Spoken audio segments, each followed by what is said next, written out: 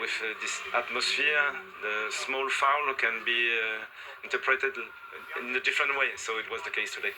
Yeah, I don't think anybody really, especially having looked at it again, I don't know if when he made those comments, Labrisa had seen it again, but I mean, you couldn't really argue with the decision, could you? No, you couldn't. No, I've actually seen one or two Sunderland fans said they didn't think it was, but I think they've got the red and white glasses on there. No, It wasn't, called it straight away. I've seen it first time on the replay, and it's a bit of a oof.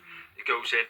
The problem is he's got 2 or 3 blue and white striped shirts around him, and he wriggles out, but he has a heavy touch, just gets away from him 5 yards, tries to regain possession, just goes over the top of the ball. That's where he should really say, look, on this occasion I've lost it. You do your best to hassle the man that gets it, but you don't lunge in. No, but people will say, oh, it's reckless, it's daft, but it happens quick, doesn't it, Andrew?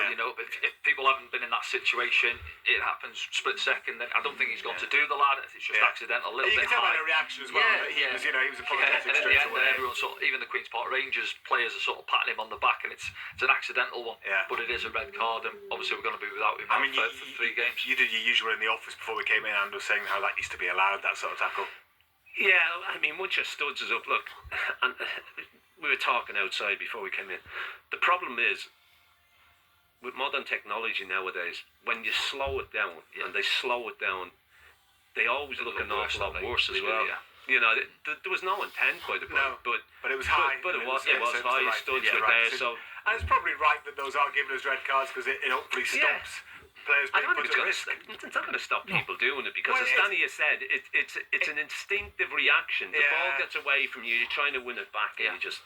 But maybe people's instincts are now changing because you know that you've got to kind of rein yourself in a bit. Maybe that split second now, some players are not doing it, and that's probably preventing injuries, isn't it?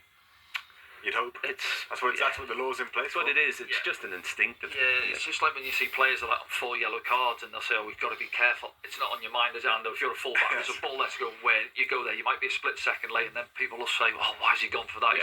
You're not thinking of that. You're not thinking, but no, that's thinking about suspension for the next game, whatever. You're just in the moment as part of the game. So here's Regis Labrisa again then with his overall assessment of the game. So the first half was